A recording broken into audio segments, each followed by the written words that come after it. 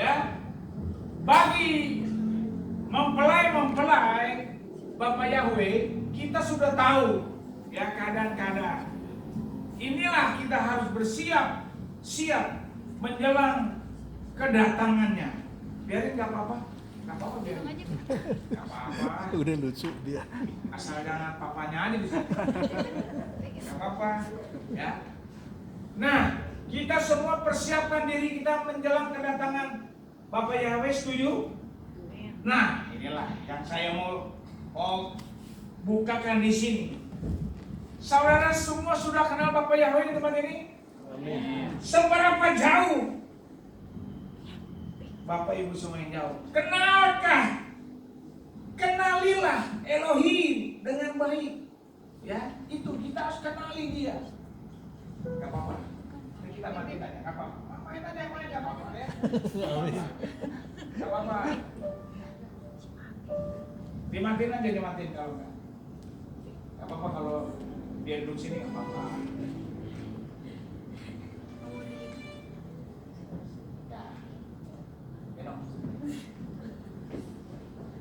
Inilah calon-calon kita nih nantinya dipilih Bapak Yahweh, ya.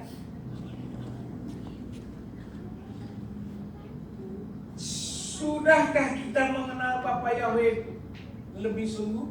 Ini semua kenal Bapak Yahweh nih ya. Betul apa? Betul? Benar. Udah kenal Bapak Yahweh belum? Siapa yang belum kenal Bapak Yahweh? Nah, kalau kita sudah kenal Bapak Yahweh, kita harus lebih sungguh-sungguh mengenal, punya hubungan yang dalam kepada Bapak Yahweh. Itu jangan cuma semua kenal, cuma kenal banyak, ya. Pendeta-pendeta di luar sana pun kenal Bapak Yahweh, tapi dia tidak mau menggemarkan Bapak Yahweh, tidak mau mengajarkan jemaatnya untuk memanggil nama Bapa yang sesungguhnya. Mereka cuma berdoa, ya Bapa lindungi saya, ya Bapa berkati saya, ya Bapa, ya Bapa, ya Bapa. Bahkan nyanyi Aba Bapa. Siapa namanya? Jelas namanya adalah Bapak Yahweh. Itu dia. Ya. Sejauh mana Bapak Ibu sekarang? Ya, kita jangan merasa eksklusif. Sudah kenal Bapak Yahweh. Oh, Cesplung, Hyper Grace yang dulu sudah kenal Bapak Yahweh, sekali selamat tetap selamat. No.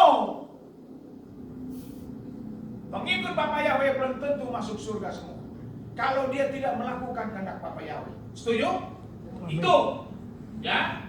Nah, bagaimana kita supaya kita kenal lebih dekat? Ya.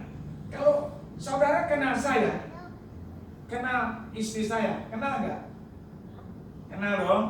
Gak mungkin dong bisa ke rumah saya kalau nggak kenal. Betul nggak Johan? Kita senyum-senyum ke Johan, ya. Betul nggak Johan? Kenal. Kalau nggak kenal Om Michael, Johan nggak bisa ke rumah Om Michael. Diusir ya Om ya? Diusir. Ya. Kalau kita mau ke rumah Bapak Yahweh, kita harus kenal sama yang punya rumah.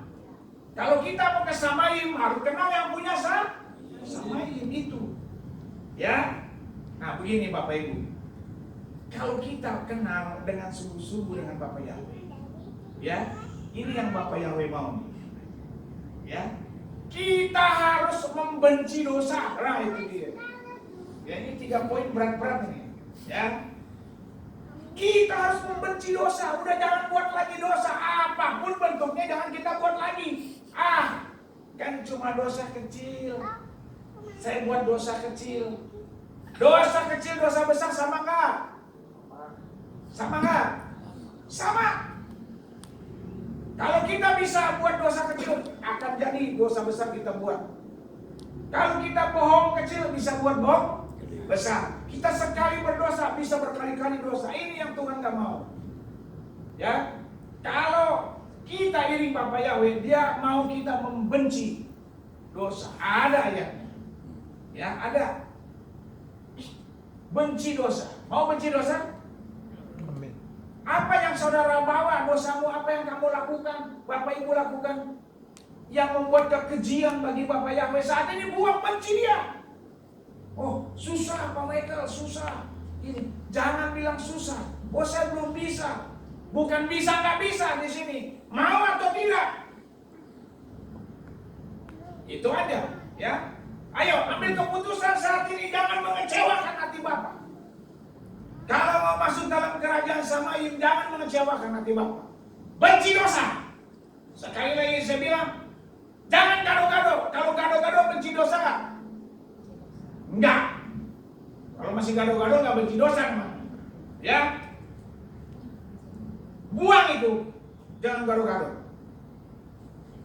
Biasa berbuat apa yang tidak baik, tadi sudah katakan, buang. Saya salut dengan satu contoh di kitab ini, ya. Kan bacanya masih Kejadian, tapi belum Kejadian yang ini. Beresit.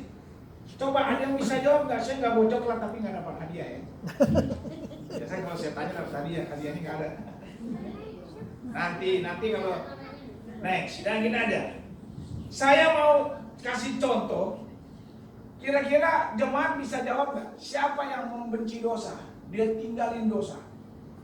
Padahal dosanya enak banget, belak-belakan. Siapa kira-kira? Daud. Yusuf. Coklatnya belum ada. Kamu jawab siapa tadi? Daud. Daud, salah. Ya. Ini Daud beda sama Yusuf. Kalau Daud mencari dosa, nyeker kan. Orang mandi dilihatin. Itu Daud. Daud itu Daud. Ya. Kalau Yusuf, hadiahnya belum ada ya? Yusuf dia udah jawab. Yusuf, dia jelas-jelas loh. Ayo laki-laki. Nah, sejarah jasmani, saya jelaskan ntar rohani saya buka. Dia, Tante Poti, sudah menawarkan, bukan lagi kayak Daud kan ngintip-ngintip, orang mandi ngintip, betul? Kalau Yusuf, jelas-jelasan itu perempuan buka baju sama dia. Dia masuk ke kamarnya. Kejadian 39. Sok cepat. Kejadian 39:9. Siapa bisa baca?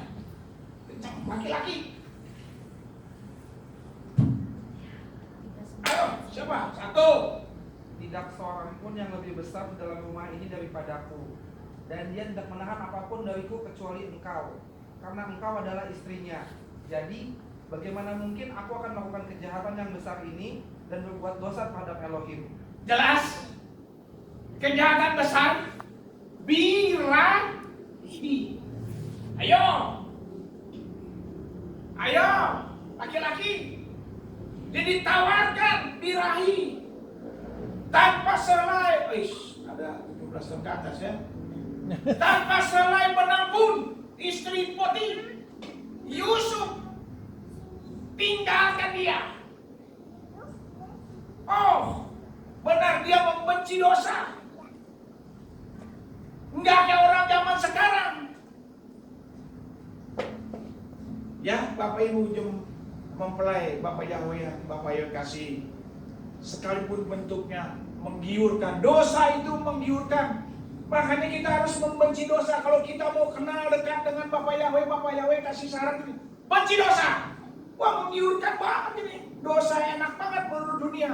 Tapi Yusuf punya bilang apa? Yusuf bilang, bagaimana mungkin aku akan melakukan kejahatan yang besar ini dan berbuat dosa terhadap Elohim? Jadi birahi yang tidak halal, dosa besar apa tidak? Yang tidak resmi, dosa besar tidak? Dosa besar. Ayo, mari kita tinggalkan, ya. Itu jasmaninya. Rohaninya, Bapak Ibu bisa jawab sendiri. Penawaran-penawaran setan yang begitu menggiurkan, tinggalkan. Yusuf dihadapkan dengan hal yang demikian. Waduh, bayangin coba, ya. Nah, ini poin pertama. Benci dosa, setuju? Tepuk diri sendiri. Tepuk diri sendiri. Ayo diriku, benci dosa. Benci dosa, ya. Kalau mau sungguh-sungguh mengenal yang punya surga, benci dosa. Karena dia adalah kudus. Bapak Yahwehku, makanya orang suka salah Yahweh. Nama itu kudus, jangan panggil. Israel pun begitu. Mereka cuma panggil Adonai, Besem, apa lagi? Elohim. Dia tidak berani panggil Yahweh karena nama itu kudus. Salah. Kita tulis di sini, Akulah Yahweh, panggillah namaku, betul nggak?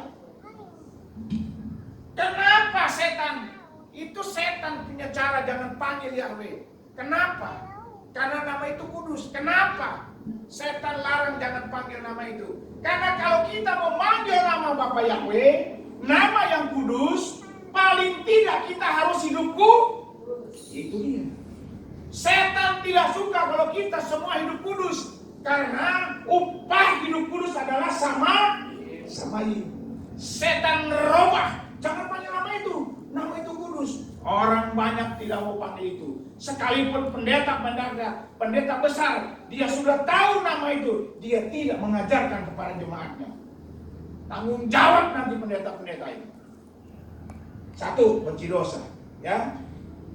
Kalau kita harus mengenal lebih dekat dengan Bapa Yahweh mau kita benci dosa. Yang kedua, setelah kita membenci dosa, kita harus bertobat. Nah, ini dia. Ya, kita bertobat. Ayo. Pertobatan seseorang tidak bisa ditentukan oleh waktu. Kira-kira saya bikin kata ini setuju nggak? Pak Felix setuju nggak? Setuju. Nggak bisa seorang bertobat di seminggu, 2 minggu, sebulan, 12 tahun, 2 tahun. Oh benar dia bertobat. Sampai nanti di Nana Rohana atau di Bumi Baru, di dalam peti, orang itu tidak berbuat lagi apa yang dia lakukan. Itu namanya baru benar ya orang ini bertobat. Itu bertobat. Banyak lagi bertobat juga. Ya, ada di sekitar. Bapak Yahweh mau kita bertobat, kalau kita benci dosa nih, pasti itu bertobat yang sesungguhnya. Kadang ada orang benci dosa, ada juga tetap nggak bertobat. Ada ini. Cuma benci doang sama dosa. Bertobatnya enggak? Kita belajar saat ini bertobat. Ya. Lukas 19, bukan Lukas cucunya Bu Kristin. Lukas. Ini lagunya juga ada, pasti tahu sekolah minggu. Siapa? Dia naik pohon ara. Sakius, orang pendek, kecil benar iya. Nah, ayo Lukas 19. Lukas 19. Ya. Saya singkat aja, ayat 7 saya baca. Namun setelah melihat itu, mereka semua bersungut-sungut sambil berkata, Dia telah datang untuk tinggal bersama seorang yang berdosa. Kan Sakius naik pohon ara mau melihat Yesua kan? Karena dia pendek. Nah, tapi Yesua datang sama dia akan tinggal bersama seorang yang berdosa, dia akan ke rumahnya. Namun sambil berdiri, Sakius berkata kepada Tuhan, lihatlah. Nah ini sebentar, ini dulu ya. Hebatnya tuh, Tuhan tuh datang mencari orang berdosa, bukan orang suci. Betul? Cari orang berdosa. Sakius dosa. Tapi Bapak Yahweh tahu tuh, Tuhan Yesus tahu seorang yang berdosa, dia mau bertobat. Tuhan mah bahasa kita jitu. Ngerti jitu ya? Tuhan mah ngelihat hati kita. Kita belum mengucap aja Tuhan udah tahu. Contohnya siapa yang saya sering ngomong? Siapa? Yang tertawa siapa? Sarah. Belum ngomong Sarah. Di hatinya doang, Tuhan tahu. Sekarang Bapak Yahweh tahu nggak hati Bapak Ibu di sini? Tahu. Ya, tahu semua. Makanya Tuhan Yesus tahu. Ini kan perjanjian baru nih, Lukas. Tuhan Yesus tahu, wah orang ini memang penjahat. Dalam hal, tahu sendiri ya, dia seorang pemungut cukai. Tapi orangnya mau bertobat. Nah itu contoh tuh, Bapak Yahweh tahu loh hatinya, hati kita. Tuh, akhirnya dia mau menumpang di rumahnya. Nah, terjadilah satu pengakuan dari Sakius, dia mau bertobat. Di ayat 8, namun sambil berdiri Sakius berkata kepada Tuhan, lihatlah, setengah dari apa yang menjadi milikku, Tuhan, aku memberikannya kepada orang-orang miskin. Dan sekiranya dari seseorang ada sesuatu yang telah aku gelapkan, aku akan mengembalikannya berapa kali lipat? 4 kali. 4 kali lipat. Tuh bayangin itu. Dan Yesua berkata kepadanya, hari ini keselamatan telah terjadi di rumah ini, karena dia juga adalah anak Abraham. Sebab anak manusia datang untuk mencari dan menyelamatkan yang hilang. Jadi Sakius itu mau bertobat. Dia mengembalikan 4 kali lipat. Ini khotbah saya waktu saya di Asus. Khotbah saya di Tipikor. LP suka miskin. Itu Tipikor, jaksa, hakim, gubernur, wali kota, pengacara lengkap di situ. Yang korupsi namanya juga tahanan Tipikor, tindak pidana korupsi. Nah, saya bawa ini. Saya bawa. Kenapa? Jangan merasa bangga kalau Anda, saya mau berani orangnya. Anda memakan bukan uang Anda. Jangan bangga. Ini Sakius juga memungut cukai, sama dengan bapak-bapak di sini semua. Bukan di sini maksudnya, waktu di LP. Tapi dia bertobat, dia mau mengalihkan. Nggak ada yang diam, nggak ada yang ngomong tuh. Di sana waktu itu nggak ada yang ngomong. Ayo. Berapa banyak kita saat ini kelakuan kita yang ada di sini di Menora? Berapa banyak kelakuan kita? Berapa lama kelakuan kita seperti Sakius? Mungkin kita tidak memungut cukai seperti Sakius. Ayo, berapa lama kita tobat saat ini? Mau bertobat? Bertobat. Nggak kekurangan kalau orang yang mau bertobat. Sakius kembalikan berapa kali lipat? 4 kali lipat, nggak kekurangan. Ya. Ayo kita belajar saat ini, Bapak Ibu. Belajar kita bertobatnya sungguh-sungguh. Jangan bertobatnya kalau bertomat. Kalau orang Asus dulu. Minggu tobat, Senin kumat. Nah, itu dulu. Kalau kita kan beda sekarang. Ya. Bertobat sungguh-sungguh. Jangan kalau lagi kita ada masalah baru bertobat. Kalau nggak ada masalah, lupa lagi dengan aturan-aturan yang Bapak Yahweh ajarkan kepada kita. Jangan lagi ada masalah. Berkata yang baik, ya masih oke lah cari Bapak Yahweh. Tapi jangan mempermainkan pertobatan. Hati-hati. Ya, jelas apa? Jangan permainkan apa? Pertobatan. Jangan jatuh bangun melulu. Di saat jatuh, umurmu sampai, udah tahu kemana. Lebih baik jalan perlahan tapi nyampe daripada jatuh bangun. Itu catat baik-baik. Lebih baik apa? Jalan perlahan nyampe daripada jatuh bangun. Nanti kalau lagi jatuh, umurmu sampai, udah tahu sendiri kemana. Ya, bertobat sungguh-sungguh ya. Satu tadi apa? Kalau kita mau kenal Bapak Yahweh, benci dosa. Kedua, yang ketiga, 3 poin aja sekarang. Kalau kita sudah bertobat, kita harus beriman. Amin. Ayo punya iman yang sungguh. Nah, saya nggak bikin koma sungguhnya. Sungguh iman. Ya, sekarang krisis iman ada krisis iman. Mana Tuhan? Kok saya dibiarin punya masalah? Mana Bapak Yahweh? Saya sudah panggil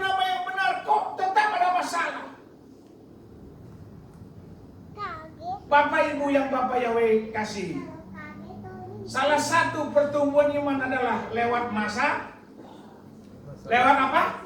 Masalah.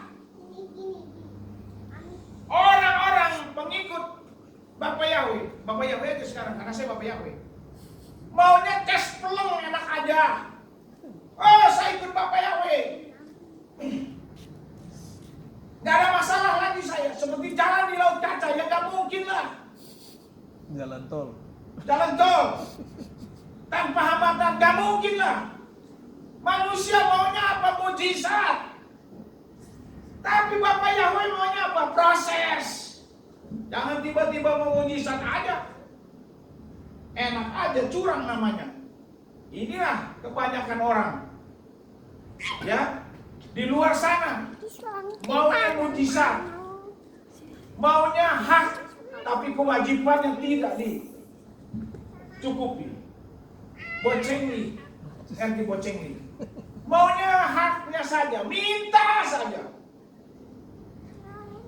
Ayo jemaat GPI Menora punya iman. Apa yang dihadapi dengan Bapak Ibu semua di tempat ini? Beriman kepada Bapak Yahweh. Ya, Amin. Bapak Gembala Sinode kita memberikan ajaran selalu law of attraction. Iman loa, catat, imani, minta, katakan yang positif. Jangan minta cepat. Bapak Yahweh yang atur semua waktu. Nah, kalau saya bukakan contoh kitab suci 3 anak muda, siapa namanya? Salah itu bukan nama yang asli. Dulu,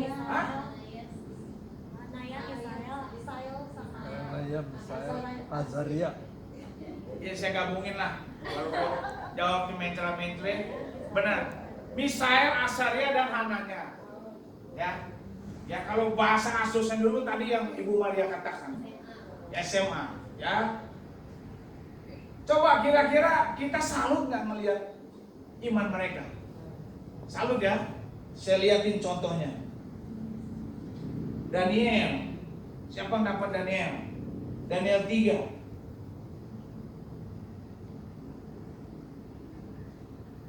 Daniel 3. Udah dapat belum? Udah, coba baca 17 dan 18. Ya.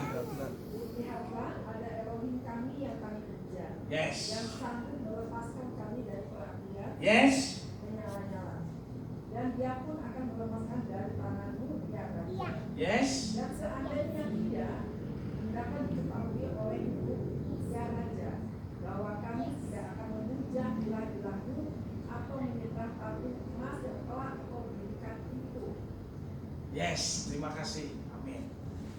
Bapak Ibu, coba lihat tuh. 3 anak muda ini, dia tahu kalau Bapak Yahweh bisa menolong dia. Tahu dia. Ya. Kita tahu nggak masalah-masalah yang kita hadapi semua di tempat ini, Bapak Yahweh bisa menolong kita. Tahu nggak? Bapak Yahweh sanggup menolong Bapak Ibu semua. Tahu nggak? Akuin nggak? Akuin. Lihat, 3 anak muda ini. Dia bilang, saya tahu Bapak Yahweh bisa menolong saya. Di depan dia api yang begitu panas. Dia bilang, sekalipun Bapak Yahweh nggak menolong dia nggak akan imannya goyah untuk menyembah patung Nebukadnezar. Paham? Bapak Ibu, katakan di dalam hati kita, sekalipun saya mempunyai masalah sebesar apapun, Bapak Yahweh tidak menolong saya, iman saya tetap kepada Bapak Yahweh. Itu jelasnya. Ini iman yang luar biasa kepada 3 anak muda ini. Coba kalau zaman sekarang mungkin gak jadi tuh saling colek-colekan. Ya, Pak Rufus ya, colek-colekan ya. Si Misael colek si Asaria. Asaria colek si Hananya. Gila loh. Itu api, udah deh kita nyembah aja bentaran nyembah. Bentaran ini nyembah gak rasa gak sakit, gak diapa-apain. Tah itu setan.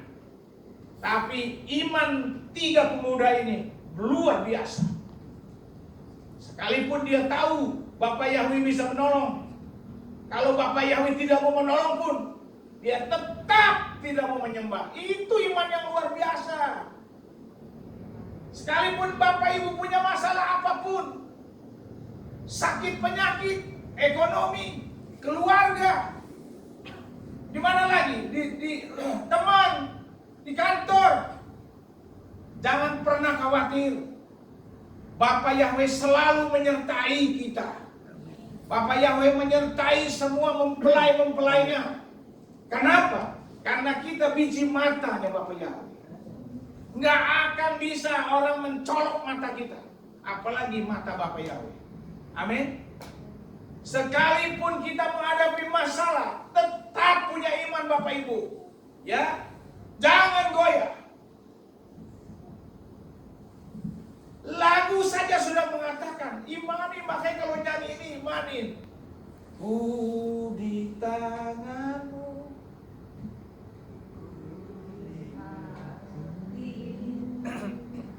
Pikiranmu.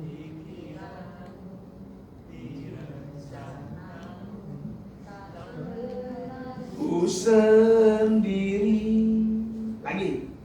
Ku di tanganmu. Ku di hatimu. Pikiranmu. Di pikiranmu. Di rencanamu. Tak pernah ditinggalkan. Amin. Tidak pernah Bapak Yahweh tinggalkan kita. Ini dia orang yang meninggalkan Bapak Yahweh. Ada masalah sedikit lari. Ada masalah sedikit jauh dari Bapak Yahweh. Mulai menghakimi Bapak Yahweh. Hebat lo menghakimi. Nyalain Bapak Yahweh. Ini sih Bapak Yahweh begini. Jangan pernah. Sadar akan lagu ini, kita tuh ada di tangannya, di hatinya, di pikirannya, di rencananya. Ini luar biasa. Apalagi yang mau diragukan? Saya sangat sedih kalau ada orang seperti itu yang meragukan. Saya mendidik semua menora di tempat ini punya iman yang sungguh-sungguh di hadapan Bapak Yahweh.